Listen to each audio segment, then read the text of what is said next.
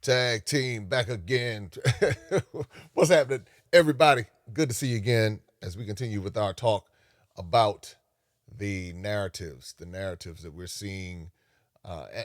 In my travels, I've been in seeing so many different narratives. What I like to try to do is to paint a different picture than what we're used to. So, for those who are in America or the Western world, we normally see Africa painted as this place of poverty, sickness, disease, corruption, all of that. Where that does exist on the continent of Africa with more than 1.6 billion people, 54 different countries, thousands of different ethnic groups and languages. Yes, there will be poverty, there will be corruption, there will be sickness, but that is not the complete narrative when we talk about the continent of Africa. And then most people, when they talk about it, they don't even understand why it's like that. It's not like that naturally. It's an intentional thing that has occurred to certain parts of Africa. And you can see the difference in different parts of Africa, and then you understand where the financing comes from for many of these projects. It just kind of speaks to a larger situation. But that's not what we're talking about right now. What we're talking about right now is the narratives and what the fact that that narrative is painted about Africa, but then that same narrative is painted about much of Black America and Black Americans. That we're somehow lazy, on drugs, underperformers, uneducated. Give me something else. Gangbangers, all of these different things. And I did a talk a couple of days ago in reference to how it was a report or it was a video where they were talking about how some people in different African countries, in particular Nigeria, get the talk. That's what she said, the talk about when you go to America, don't associate with those African Americans because they have all of these problems. But then that's the same narrative many people are told about Nigerians. So but if people don't know that the same thing that they're saying about others is being said about them, and everybody's kept separated and they don't understand these dynamics, then they go with the flow of what this narrative is and they say it, and they say it with passion. And they say, well, I know it because I work with some Nigerians and I did this. And I said, but have you been to Nigeria? You might have worked with 3 people, 10 people, 100 people, or whatever, but have you been among the 200 million people? Is your experience just limited to those few people? Or they'll say those Black Americans, they're all arrogant and they're this, that, and privileged and entitled. While there's some that are like that, not everybody. And that's why we highlight the interviews. That's why we have these conversations. Now what I'm doing is focusing on people who are really making impressive strides along the way. And so today I want to introduce you to someone named Naseema McElroy. And she has a community on IG that you can reach out to her at Financially Intentional. We'll give you all of her details.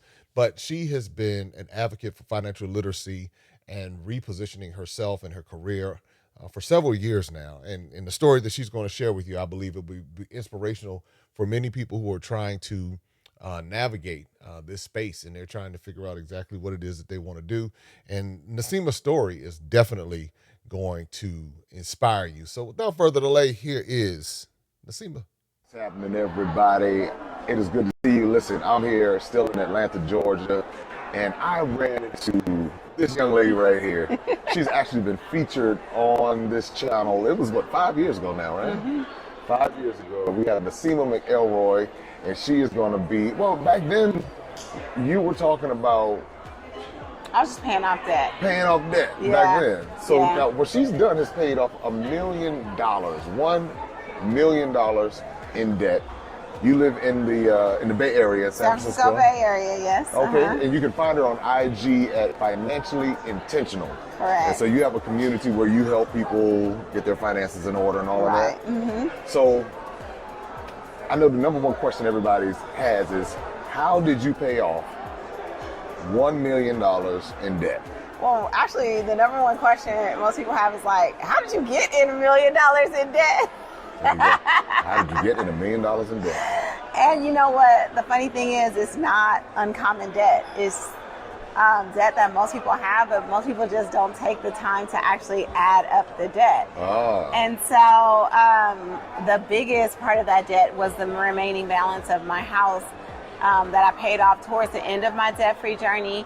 But before I had paid off my house, in under 3 years, I had paid off $300,000 in debt. And that mostly consisted of student loans, taking out loans against my retirement Okay. account, and just little Credit common cards? things. I had no credit cards No on credit there, card debt. actually. Yeah, I didn't have any credit card debt, but it was just a common thing. It was a car. It was, I had a condo in the Los Angeles area, so that was in there. So it wasn't like I was out here Just being frivolous and just being wasting frivolous, it. spending on credit cards. It wasn't any of that. So so the way that I paid it off was, first of all, I had to get my mind right, because I was like, I know how to make money, but making money and having money are two different things. Right. And I was just like, it just doesn't make any sense. How do I not have any kind of wealth? How do I not have anything to transfer to my daughter, to give to my daughter? If something were to happen to me, she would be in a bad position. This doesn't make sense. I have to figure it out. And it was just about the way that I was thinking about money. And I had to realize that I had to get intentional. And that's why the name of my platform is called Financially Intentional. And so I started off by just like figuring out, okay, what all did I owe? Okay, what was I bringing in and where was that money going? Once I figured that out, I could see, okay, like I need to intentionally give every one of my dollars from this day forward a job. I need to give it a job. And what most people do is they'll tell you all the bills that they have, and then they'll list that out, and they'll say, well, when I finish paying that off, then I can try to reach these money milestones, like try to save more, try to invest more, or try to use it to pay down debt. But I flipped that. I was like, listen, I want to be debt-free by this day. Therefore, I'm going to have to pay down this amount of debt per month. Right. And then I adjusted all of my variable expenses around that. And once I did that and just was very intentional, I always met my goal, if not exceeded it. So I just gave every single one of my dollars that came in an assignment. And that's my paycheck. That's if, like, you know, you get a tax return and you have that money. I knew exactly where it was going to go. And I just did that consistently for a little under 3 years. Okay, took you and 3 years then, or so. Yeah, and then I was able to pay off just under $1 million in debt. Wow. Yeah. Now, what did that do for you as a person? How did you feel when you did that? It totally shifted my perspective on life, because for once I felt like I was in control of my money, and being in control of my money unlocked a whole bunch of levels of freedom in my life. It gave me the freedom to leave an abusive marriage. Okay. It gave me the freedom to walk away from a toxic work environment. Okay. It gave me the freedom to build wealth for my children in ways that I did not know was accessible to us. When you say in ways you did not know were accessible to us, break that down a little bit more, because somebody might not know what's accessible to us. Right. That's you don't know what you don't know. And so, first of all, I just thought that in order to really build wealth, either you have to be hella corrupt and, you know, being shady and doing shady things, or you had to be born into a wealthy family and have access to all this cash. Because I remember, like, finally making 6 figures at my job and, like, okay, I have a little bit of money that I'm making, and walking into, like, a retail location for, like, a Merrill Lynch or something, and, like, saying, like, can you help me invest? And they were like, we don't work with people that don't have under $200,000 in access and assets. So I was just like, oh, so this is not for me. Not knowing that there are simple ways to invest and grow your wealth, because I feel like we were intentionally gatekept from that information. Absolutely. And if we're not gatekept from the information, then they put these barriers up like, oh, well, you have to have X, Y, and Z, which can seem super unattainable for people who, you know, saving $1,000 is a lot of money. Right. So, just what really changed the dial for me was being in rooms with people that looked like me, that were doing the things that I aspired to, and being the dumbest person in the room and just learning and continuously learning. And even when I didn't have access to those rooms, I had access to these people's podcasts. Right. I had access to audiobooks. I had access to just regular books that I would read, and so I would consume those. And so what I thought was my perception of money and how to make money and building wealth totally changed, because now it became accessible for me. And that's where being financially intentional comes in, because Yes. you didn't use the excuse of the gate being closed or the door being closed. You said, well, I'm going to figure out how to open it for myself, for my family. I'm gonna go in another door. Yeah, go in another door. There's another door, and there are multiple doors. There's so many different pathways to wealth. Yes. And freedom. Yes, it is not just one. It's not just one, and the same path is not going to work for everybody. Like, people need to understand, there's so many levers that you can pull. It's way more levers that you can pull to build wealth than there are to be broke. I mean, there's only a couple of ways that you can be broke. It's spending more than what you make and losing it all. Maybe getting robbed, but sometimes you can get that back. But there are finite ways that you can lose money, but there are infinite ways that you can make money. And if you shift your focus on all the ways that you can make money, you can't help but make money. That's good, because when we first met, my emphasis was financial literacy. Yeah. And so now you've watched me, I don't want to say transition, because it still is, but you've watched me go to Africa and all of that. And what I'm doing is bridging the financial gap. Yes. And so what you're saying will resonate with someone on the continent just as well as it will resonate with someone here in America, because it's like there's so many different ways to make money. And if you look at what you have in front of you, and not just, you didn't allow yourself to be controlled by what you had been taught or not been taught, and you decided to self-teach. Yes. And that's where this paying off the $1 million, and then understanding different strategies, because that's what I'm hearing. You took different strategies. What are some investment strategies that you decided to take on in your life? So I can honestly say, when I was younger, the only investments that I knew about was real estate. Okay. My grandfather owned real estate, my uncle owned real estate, and so I thought, real estate was the only investment to have. I knew about the stock market, but I didn't understand it as a way of building wealth for me. I thought that was something I didn't know. And so in my 20s, I was like, oh, okay, I'm just going to start buying houses and building wealth. But in my 20s was, in the early 2000s when we had the housing, the bubble, okay. right? Okay. So I was thinking Y2K. You I'm sorry, not early 2000, in the latter part. So 2008, 2009. It was really from 2004 to 2007. The boom and then the bust. Yeah, I started building up properties. So by 25, I had 5 properties, and I thought I was out here doing it, but then tenants wasn't paying their rent, but I still had to pay my mortgage. I had these subprime mortgages that are now illegal and all this kind of stuff. So I ended up having to go through 2 short sales and 2 foreclosures. Then realized I didn't want to be in the industry that I was in. I didn't want to be in healthcare administration anymore. Quit my job and went back to school to be a nurse, and ultimately had to file bankruptcy. So I was going to ask that question. I said that's why I didn't have credit cards. Remember when I was paying off my debt? That's why I didn't have credit cards. So I was just like, investing to me became scary because of all the stuff that happened to me in my early 20s. Got it. And so I didn't want to do real estate anymore. So I had to recondition my brain in order to figure out other ways to invest. And so shortly, towards the end of my journey of paying off my debt, is when I discovered the FIRE community. And the FIRE stands for financially intentional, financially independent, retire early. And the FIRE community believes in investing aggressively for a short period of time, and then completely retiring from the workforce and having your investment work for you. So basically putting your money to work. Putting your money to work.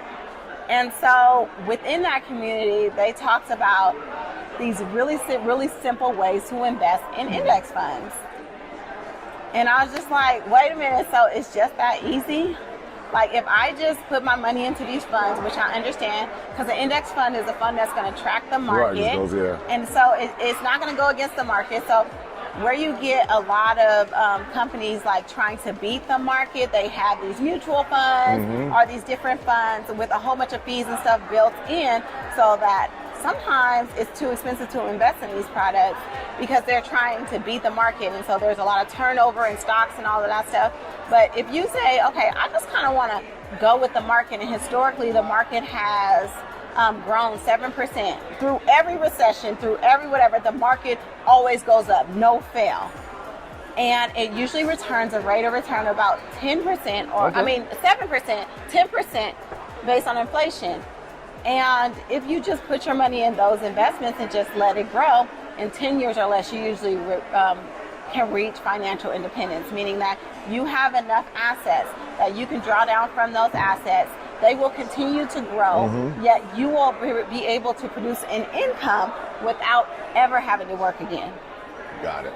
And so once I saw that, and I saw that investing didn't have to be real estate and it didn't have to be super hard, I was like, well, that's what I'm going to do. And so it went from real estate in my early 20s that didn't work out to now just investing really simple. I call it the hella easy So you just put it method in. of it. I just and let it put grow. it in and forget about it. And I do the same for my kids too. So now I'm able to invest aggressively, and now they have accounts where I invest aggressively in, and their stuff is going to grow to the point that if I did not put another dime in my 8-year-old's investment accounts right now, she would be a millionaire in her 30s. Oh, wow. So, I mean, and that's just the power of knowledge. That's just the power of like being in the right rooms or reading the right information and just taking action. So we're talking about the right rooms. Yeah. Were those rooms free rooms? Actually, most of the time for me, they were. Well, see, all right. Let's Most walk of that the down. time, they were. But I also have invested heavily in myself. Got it. I have invested heavily in training, and a lot of the time, the stuff that I have invested in is to not only grow myself, but in ways that I can empower others and do it effectively. Because at the end of the day, I'm just a nurse, right? I didn't learn how to teach people. I'm not an educator. I didn't learn how to teach people, but I knew the importance of people getting this knowledge and being able to take action on it themselves. And so I have invested a lot. Probably people would cringe at the amount I have invested in myself just so I can pour back into others. You wanna throw a number out there? I wanna cringe. I feel a cringe. That give me a roundabout. I would say no less than $30,000. Yeah, now no for the less people than who cringed. $30,000. For the people who cringed, there are people out there who are gonna go to school and spend much more. Listen, I had $200,000 in student loan debt, and it cannot give me the ROI that what I have built for myself has given me. And investing in yourself in that $30,000. Exactly. And that ROI, for those who don't know, that's return on investment. Yeah. And I just wanted to make that point because you took a bet on yourself Oh, yeah. and to educate yourself in this space, in this financial space. Yes. So that you could learn, because if you're making the money and you don't know what to do with the money. And I did that forever. I have been making money and good money by whatever standard of like how whatever age or age I'm in. I've made good money, but I didn't know what to do with it. I was that 5-year-old collecting money, braiding hair. Like I always had money. Okay. From Okay. 5. You know, when I was in grad school, I had a full-time job. Plus, I had a whole hair shop that I was generating money from. You were so, doing like, it. I know how to make money, but nobody teaches you how to keep that money and grow that money. I feel like that's something that is kept from our community. We definitely know how to work. We know how to make money, but it's those things that one lever that you need to pull to make sure that you are building wealth and saving it. I mean, the wealth transfer for our community is super duper low, and it's not because we don't know how to work. It's not because we have not earned in our lifetime. It's just that those fundamental things that we aren't taught to preserve your money, we just aren't taught those things, and so we cannot pass down wealth. And so I don't know about you, Jay, but I started from zero or negative. I'm right there with you. But I bet you your kids won't. No, they won't. And I bet you my kids That's right. won't. That was going to be my next question. My What kids will definitely you? not. How do you feel you're positioning your children? You know, like a lot of times I hear this thing like, I will never give my children anything because they need to work hard for it. Well, that comes from an extreme position of privilege because most people's kids don't have to go up against the adversities that we have to go through in life. So I'm about to cut all that short because they're not about to have to deal with the microaggressions in the workplace. If they ain't boxing with it, like we like to say, if they not boxing with it, they're about to throw up the deuces. They're only going to work in places where they're appreciated and where they don't have to face those kind of microaggressions like we did because we had to. Yes. So the things that my kids are doing in their lives are things that they get to do. But they also know the importance of saving and investing. My 3-year-old can break down investing to you. She knows where her money is. She knows what she owns. She knows she's an owner and not a consumer. Wow. You know, and I have that's a mindset. It's a mindset. It's a mindset. So my kids aren't lazy by any means. They know how to work, but they also know that they don't have to do the things that I had to do to get to a place of to be financially stable. And so and the other thing is I have a trust for them. Like my kids' trust is like this thick. Because it has all the stipulations in there. Everything. What needs to happen. Everything. Everything. Okay, I got too many baby daddies to be messing around. Okay. That's a whole other conversation. I got 2 kids, so 2 is too many people. Right. They're like, Lord, how many children you got? Exactly. So, you know, like it's very specific stipulations on how much they need to make to be able to access their money. They can't be on drugs in order to access their money. It's very, very specific. They daddies just can't access their money. Like it's very specific, but that's so that they're set up for the next generation. Right. But that's wisdom right there. Yeah. And a lot of times in our community, we don't have these conversations. No, not at all. It's not even. We're just starting to get out there and work. Yeah.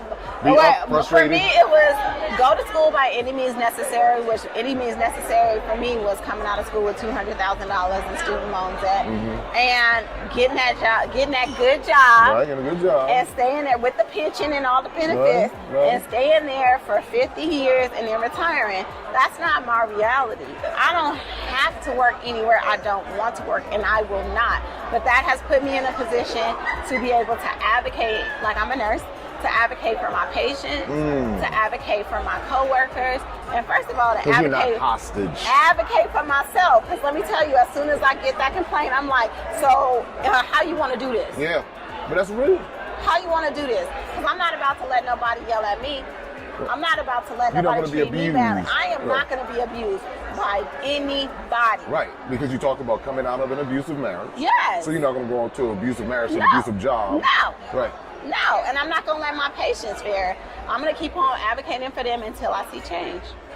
And that's because you positioned yourself to be able to do that. Able to do it. Because a lot of people do not feel like they can do that because they need that job.